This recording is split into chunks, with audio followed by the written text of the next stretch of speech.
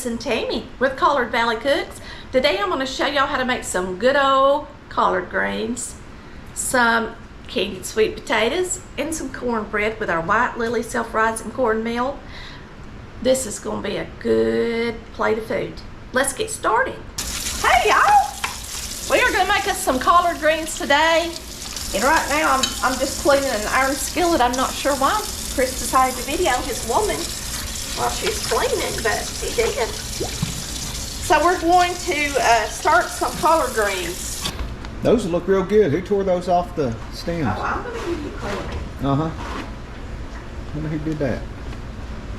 Chris cleaned the collards, washed them, tore them off the big stems for me, and got them ready to cook. He's the sweetest thing sometimes when he's home.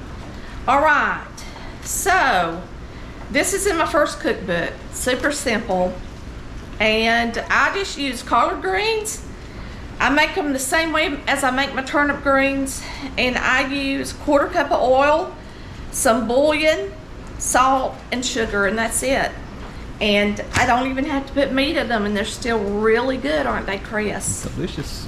Now I've got regular sugar on the instructions, but you can use brown sugar if you want to, and today I am.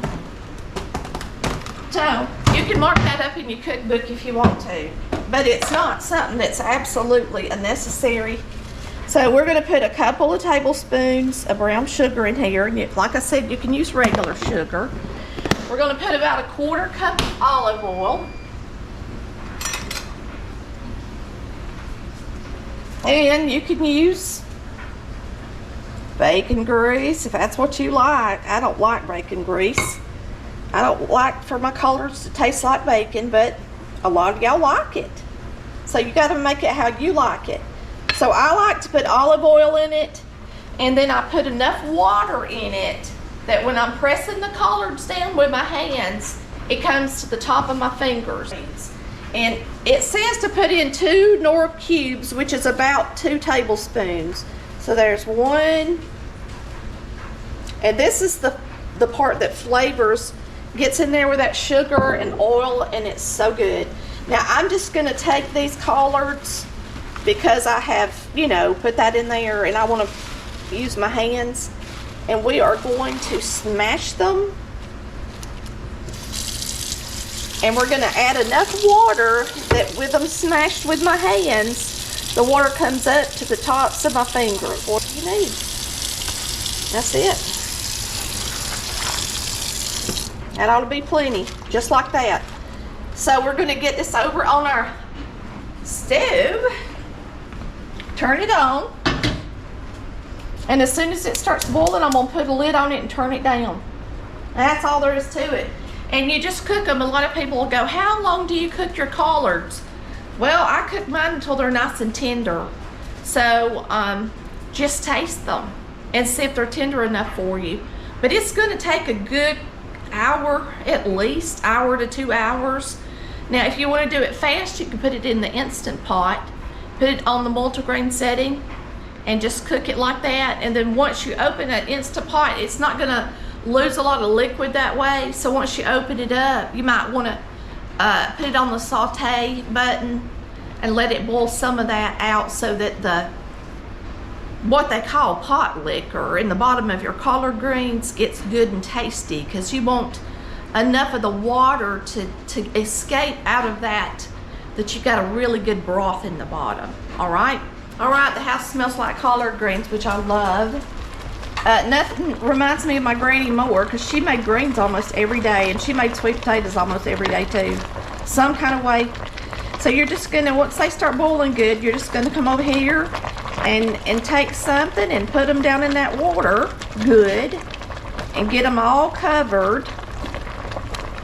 And once you do that, you're just gonna put a lid on it, turn it down, and let these suckers cook and simmer for a while. And they're gonna be delicious. And that bouillon's got salt in it too, so keep that in mind. I don't know how salty y'all like stuff, but if y'all do it like I have it on the recipe, it's gonna taste good. They do need a little salt, even with the bouillon in there. Okay, it's time to make our cornbread. Our collards have been cooking all day pretty much. Since I seen you guys the first time, we're gonna grease a small iron skillet. This is a 8-inch iron skillet, I believe. And I always grease it good. You're gonna start with a little bit of butter in the bottom of your bowl. This is about a couple of tablespoons melted. And then you're gonna put your egg in there. Cornmeal mix. It's self-rising cornmeal mix, White Lily. And I like their buttermilk. This shows their brand, and we love our White Lily cornmeal mix. I never even knew it was cornmeal mix. I always thought it was just cornmeal growing up. But y'all, it's cornmeal mix because it's got flour in it. I learned that pretty quick once I started my show. So, I am going to put some buttermilk in here with it. We'll have us a pound of cornbread with our delicious collard greens, and we're going to make us some good old candied sweet potatoes, and that's what we're eating for supper. Collard greens, cornbread, and candied sweet potatoes. Does that sound good? You ain't gotta have meat every day. All right, and now we're gonna take a little bit of this cornmeal and we're gonna sprinkle it in our skillet, and it just helps it get a little bit more crunchy.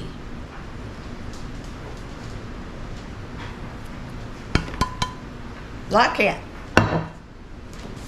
And that's about how runny you want your cornmeal mix to be.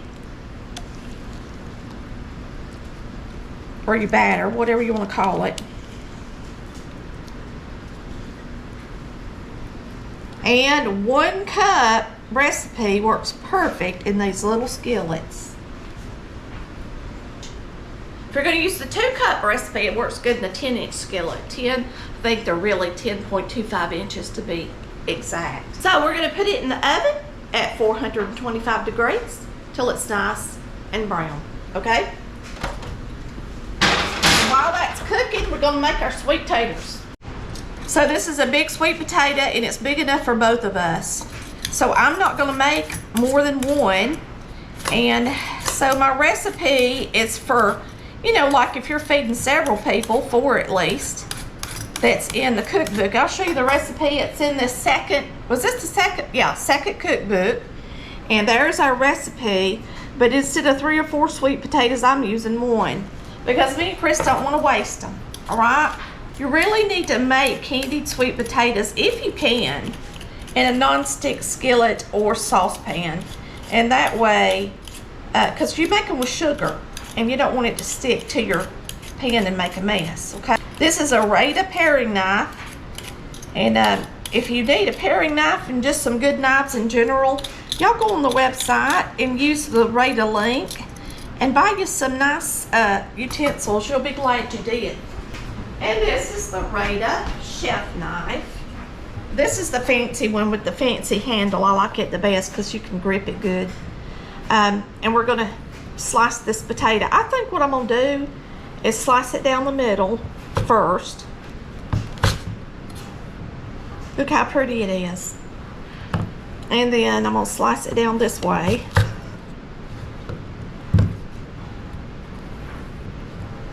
And then we're gonna slice them because we're candying them. You want them to get done.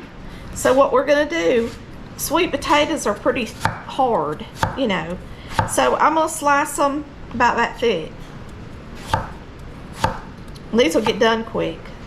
All right, so we're gonna put a little bit of butter in here.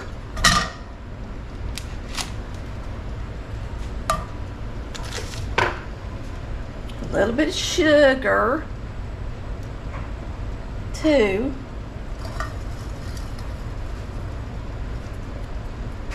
Well, let's let that melt right quick. But this is going to be a quick way of making them. So it's a little butter and brown sugar, pretty much caramel. All right. So now we're going to add our potatoes.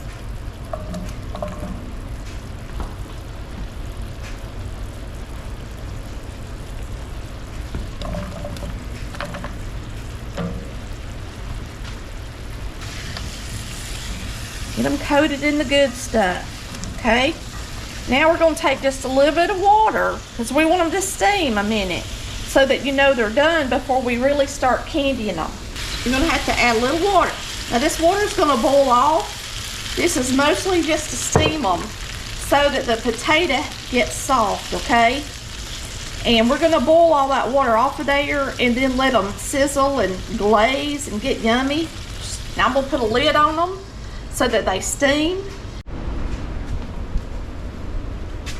All right, we're gonna take a look at our collard greens. And y'all could say these taters are boiling good. They're doing a good job in there cooking. Look good, don't they?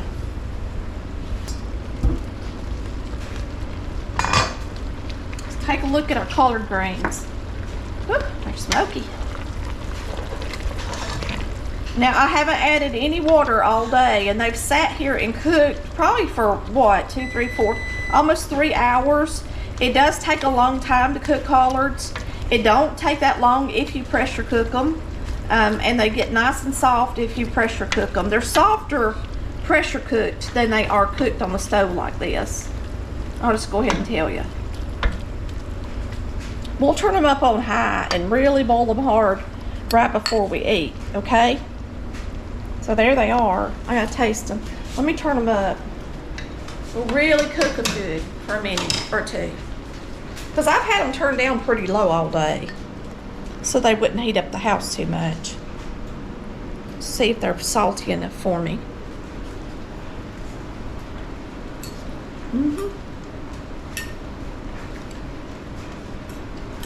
They're good. Now remember, they do need a little bit of salt, but if you're gonna bring them up and you're gonna boil them a few more minutes, don't add that salt yet, because the more that broth reduces, the saltier it'll taste, okay? So don't add your salt until you're really ready to eat them, and then taste them. And if you want to add a little salt then.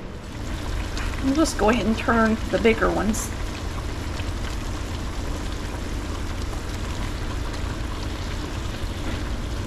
That's gonna be quick. That's not gonna take long at all. It's a lot quicker to do it this way than in a saucepan full of water. All right. I don't think it's gonna burn, Daddy. But it's pretty. It's not real dark, but it's okay. Now we're gonna get over here and make our potato sticky and we can eat. They have lost all their water. And I did turn them off for just a minute. Now you can add a little bit more butter and sugar to them if you want to. It's totally up to you. But they are good and done, okay? So really all you're doing right now is you're gonna let them get sticky in this sugar. And you're just gonna let them glaze a little bit. And it won't take them but a minute. Now if you turn them a lot, you're gonna break them up into pieces. So I'm gonna turn them on high. And we're just gonna let them get a little sticky. Now you can eat your collard greens on your plate, or you can eat them in a bowl, however you like to eat them. We typically eat them just on the plate, all right? But if you like yours in a bowl and you like to sop up the juice and all that with your cornbread, you can do that too. But we just sop it up off the plate, all right? So we did turn these up and we boiled them good and high for a minute. It is hot in this house from cooking these today. So I guess the next time I'll break down and put them in the pressure cooker. But I'm just not crazy about the way they make the Instant Pot smell. So I'll probably put them in my real old-fashioned pressure cooker.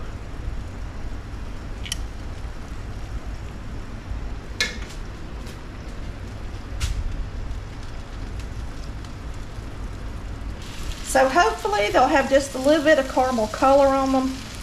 See how that looks? So you want to fry them long enough that you start to kind of smell it a little bit. See how that looks? That's what you want. You want them to have that nice glaze look.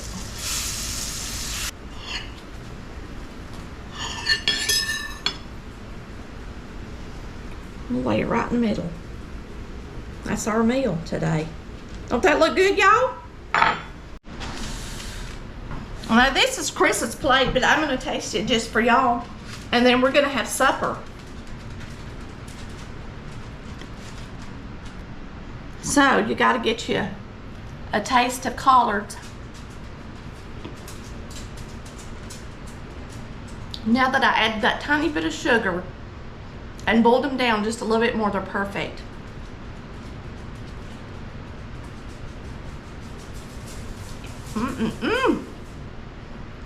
That collard juice is so good in my cornbread. And let's give these candied sweet potatoes a taste. You know these things are good.